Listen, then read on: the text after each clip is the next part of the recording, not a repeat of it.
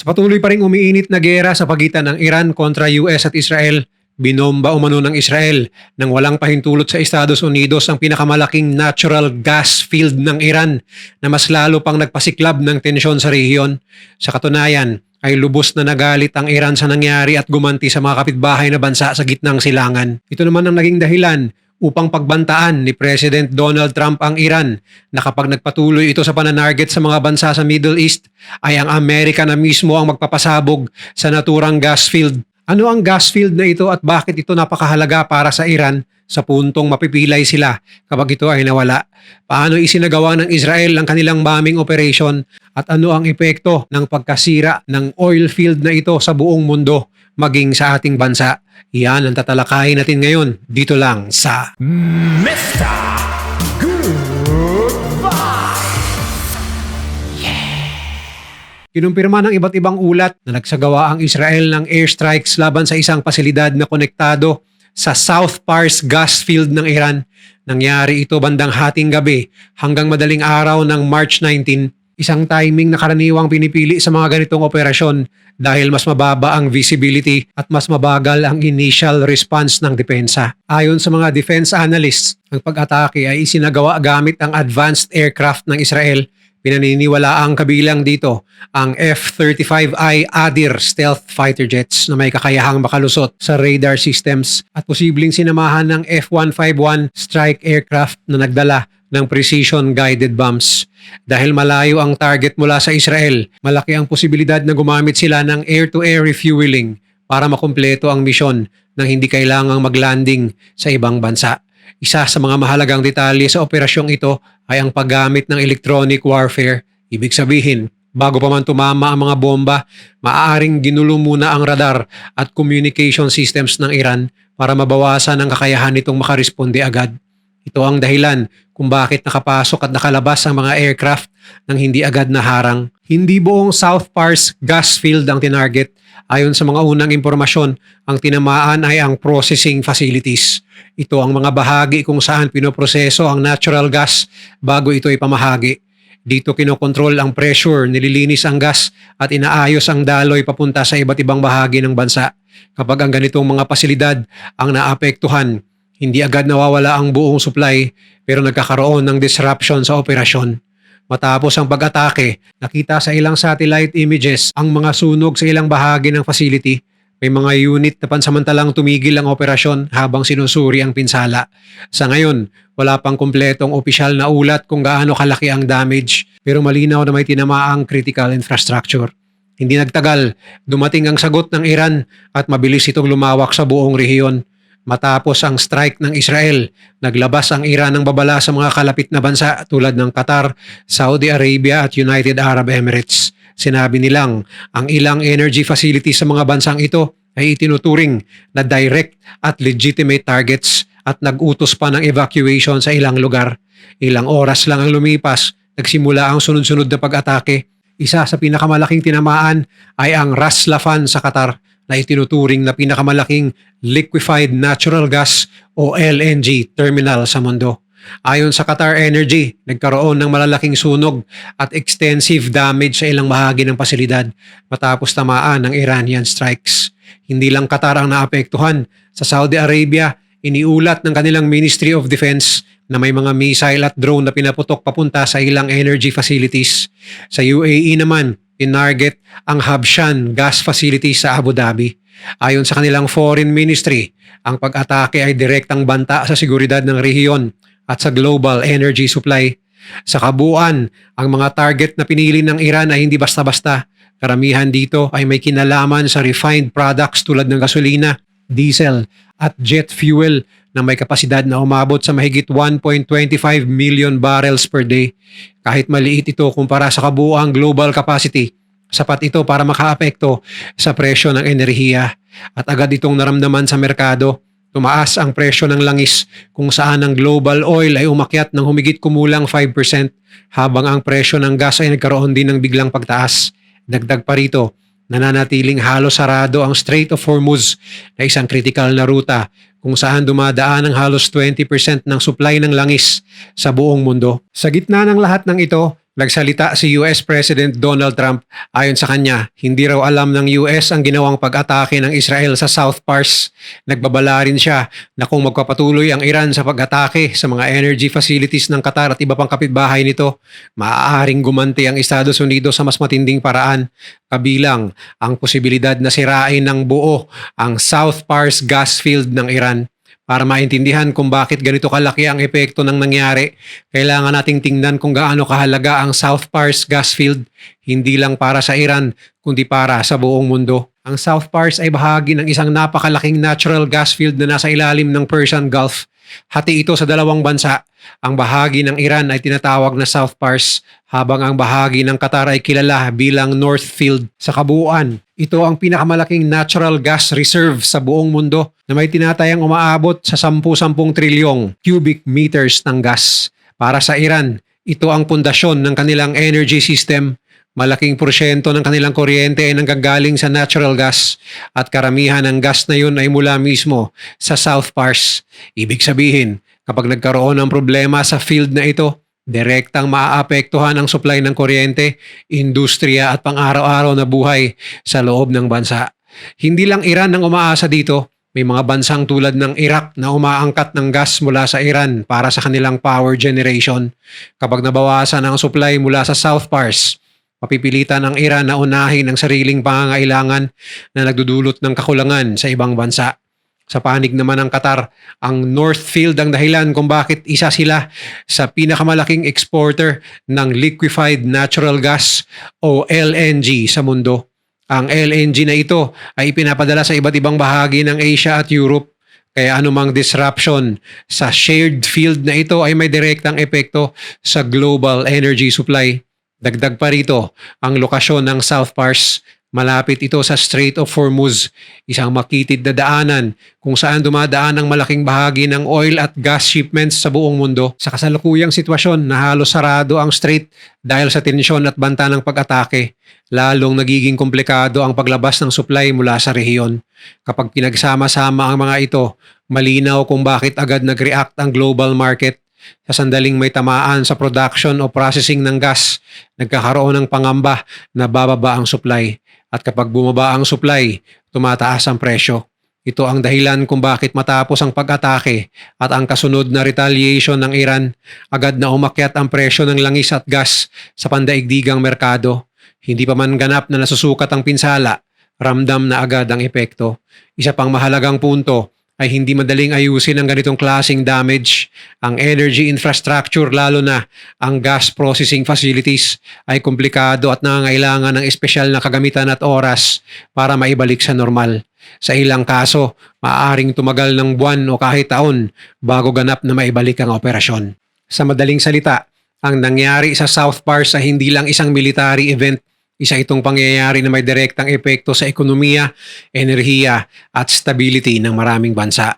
At dahil dito, mas lalong tumaas ang risk na lumawak pa ang conflict. Ngunit sa kabila ng pag-atake sa South Pars at pagkapilay ng marami nilang military resources, bakit tila hindi pa rin humihinto ang kakayahan ng Iran na umatake? Bagamat bahagyang humina, nagpatuloy ang Iran sa pagpapadala ng missiles at drones papunta sa Israel. Hindi ito ay isang wave lamang. Ayon sa mga ulat, sunod-sunod na barrage ang inilunsad ng Iran. May mga pagkakataon na sabay-sabay ang pagpapalipad ng iba't ibang uri ng armas upang mahirapan ang depensa ng Israel. Dito makikita ang isang mahalagang aspeto ng military strategy ng Iran. Hindi sila umaasa sa iisang klase ng missile. Sa halip, gumagamit sila ng kombinasyon ng short range, medium range at mas advanced na ballistic missiles kasama ng mga drones. Ang layunin nito ay ma-overwhelm ang air defense systems ng Israel tulad ng Iron Dome, David Sling at Arrow systems.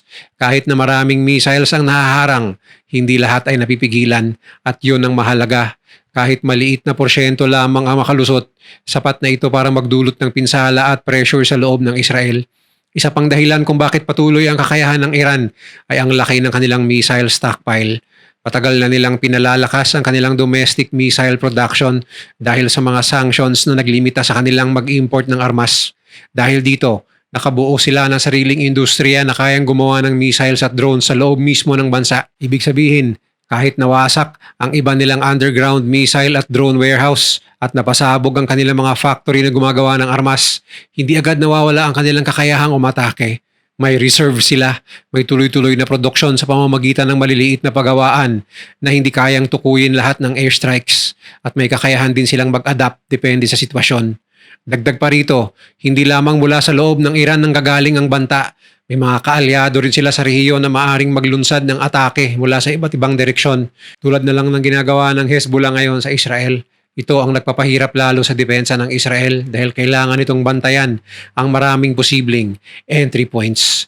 Sa panig naman ng Israel, patuloy din ang kanilang interception efforts. Ngunit habang tumatagal ang palitan ng pag-atake, lumalaki ang pressure sa kanilang defense systems. Ang bawat interception ay may katumbas na gastos at limitasyon. At habang dumarami ang incoming threats, mas nagiging challenging itong panatilihin. Sa kabuuan, malinaw na ang pag-atake ng Israel sa South Pars ay hindi agad nagpahinto sa kakayahan ng Iran na gumante. Sa halip, ipinakita nito na kahit may tinatamaan na strategic targets, nananatili pa rin ang operational capacity ng Iran, lalo na pagdating sa missile at drone warfare. Sa gitna ng patuloy na paglala ng sitwasyon, unti-unting lumilinaw ang isang mahalagang tanong: posible bang na-underestimate ng Estados Unidos at ng mga kaalyado nito ang tunay na kakayahan ng Iran na lumaban at ang mas malawak na epekto ng giyera sa buong mundo? Sa simula ng conflict, may pananaw ang mga US military expert na kayang kontrolin ang eskalasyon, na ang mga targeted strike tulad ng ginawa sa South Pars ay maaaring magbigay ng pressure sa Iran nang hindi agad hahantong sa mas malawak na digmaan. Pero sa mga sumunod na pangyayari, tila ba iba ang naging resulta? Sa halip na humina, ipinakita ng Iran na kaya nito magpatuloy sa operasyon sa kabila ng malaking damage sa tinamo ng kanilang gobyerno at militar. Nakapagsagawa sila ng sunod-sunod na missile at drone attacks habang sabay nilang tinatamaan ang energy infrastructure ng mga kalapit na bansa. Ibig sabihin, hindi lang nila napanatili ang kanilang kapasidad, na ipakita pa ng Iran na kaya nilang palawakin at patagalin ng laban. At isa ito sa mga bagay na maaaring hindi lubos na anticipate ng Amerika at Israel. Ang Iran ay matagal nang nag-i-invest sa asymmetric warfare, missile technology at drone systems. Dahil sa mga sanctions sa loob ng maraming taon, napilitan silang bumuo ng sariling kakayahan at ngayon ito mismo ang nagbibigay sa kanila ng flexibility sa laban. Ipinakita nito na ang kanilang military capability ay hindi nakadepende lamang sa iisang asset. May redundancy, may reserves, at may kakayahang mag-adjust sa sitwasyon. Habang nangyayari ito, ang epekto ay hindi lang sa battlefield nararamdaman, agad itong kumalat sa global level. Matapos sa mga pag-atake at retaliation, tumaas ang presyo ng langis at gas sa mandaigdigang merkado. Ang global oil ay umakyat ng ilang porsyento sa loob lamang ng maikling panahon, habang ang natural gas prices ay nagkaroon din ng biglaang pagtaas. Para sa mga bansa na umaasa sa imported energy, ito ay direktang dagdag gastos. Bukod dito, ang Strait of Hormuz ay nananatiling halos sarado dahil sa banta ng pag-atake ng Iran. Ito ay isang kritikal na ruta kung saan dumadaan ang humigit kumulang 20% ng global oil supply. Kapag patuloy na naharang ang daloy dito, agad itong nagdudulot ng kakulangan sa supply ng enerhiya at pagtaas sa presyo. May epekto rin ito sa transportasyon at kalakalan. May mga airline na nagbawas o nagsuspinde ng flight sa rehiyon dahil sa seguridad. Ang shipping routes ay nagiging mas delikado at ang insurance cost para sa mga tanker ay tumataas. Sa mas malawak na perspektibo, ang nangyayari ngayon ay hindi lamang isang regional conflict, ito ay nagiging isang global economic issue. Ang bawat pag-atake sa energy infrastructure ay may kasunod na epekto sa presyo ng gasolina, kuryente at mga produkto sa iba't ibang bahagi ng mundo. Ang epekto sa Pilipinas ay mararamdaman sa pagtaas ng presyo at langis at gas sa world market.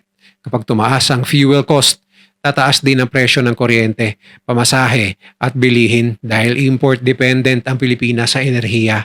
Direktang maapektuhan ang inflation at pang-araw-araw na gastos ng mga tao. Sa puntong ito, malinaw na ang sitwasyon ay mas komplikado kaysa inaasahan ng marami. Ang kakayahan ng Iran na magpatuloy sa laban at ang bilis ng epekto nito sa global economy ay nagpapakita na ang anumang hakbang sa conflict na ito ay mas malawak ang consequence. Habang tumitindi ang tensyon sa gitnang silangan at patuloy ang palitan ng pag-atake, may isa pang development na lumabas, hindi sa battlefield, kundi sa loob mismo ng pamahalaan ng Estados Unidos. Isa sa mga matataas na opisyal ni US President Donald Trump ang nagbitiw sa kanyang posisyon at ang dahilan ay direktang konektado sa kasalukuyang conflict sa Iran. Ang nag-resign ay si Joe Kent, ang direktor ng National Counter-Terrorism Center.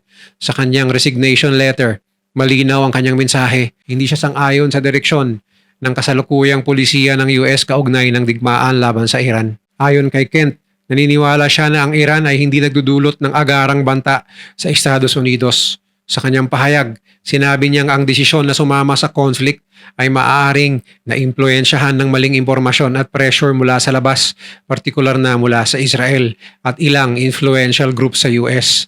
Isang mabigat na akusasyon ito, lalo na galing sa isang mataas na opisyal sa loob mismo ng security apparatus ng Amerika. Sa kanyang liham, binanggit din niya ang kanyang personal na karanasan bilang dating membro ng Special Forces at CIA officer. Ayon sa kanya, hindi niya kayang suportahan ang pagpapadala ng panibagong henerasyon ng mga sundalo sa isang digmaan na sa tingin niya ay walang malinaw na benepisyo para sa mga Amerikano. Ngunit agad itong tinutulan ng White House. Ayon sa official statement, iginiit ng administrasyon ni Trump na may malakas at kapanipaniwalang ebidensya na ang Iran ay may planong umatake laban sa Estados Unidos, kaya kinakailangan ng aksyon. Tinawag din nilang nakakainsulto ang pahayag ni Kent na ang desisyon ay naimpluwensyahan lamang ng ibang bansa. Maging sa loob ng US political circles, hati ang reaksyon. May mga sumuporta kay Kent at tinawag siyang isang veteranong may prinsipyo at lakas ng loob na magsalita. Ngunit may iba rin na tumuligsa sa kanyang mga pahayag, lalo na ang mga grupong nagsasabing ang kanyang mga sinabi ay naglalaman ng mapanganib na akusasyon. Sa kabila nito, ang kanyang pagbibitiw ay isang malinaw na senyales na may internal na hindi pagkakaunawaan sa loob ng US government tungkol sa direksyon ng conflict. At ito ang mas malaking punto. Habang lumalawak ang tensyon sa labas sa pagitan ng Iran, Israel at mga bansang nasa Gulf, may sarili ring tensyon na nabubuo sa loob ng mga bansang kasali sa desisyon. Sa kabuuan, ang krisis na nagsimula noong February 28 sa pamamagitan ng joint strikes ng Estados Unidos at Israel na ikinasawi ni Ayatollah at ng maraming opisyal ng Iran ay wala pang malinaw na senyales kung kailan ito hihinto. Pero isang bagay ang sigurado, ang nangyari sa South Pars Natural Gas Field, ang pagganti ng Iran sa mga oil facility ng mga bansa sa gitnang silangan at ang banta ni Trump ay hindi lamang mga isolated na insidente. Ito ang maaaring simula ng mas malawak at mas komplikadong yugto ng conflict na ito na ang epekto ay tiyak na mararamdaman hindi lang sa gitnang silangan kundi sa buong mundo kasama na ang Pilipinas. Kung nagustuhan mo ang video na to, share mo naman sa iba at mag-subscribe ka na rin. Panoorin mo na rin yung mga videos na nasa kanan para lalo pang maubos ang oras mo.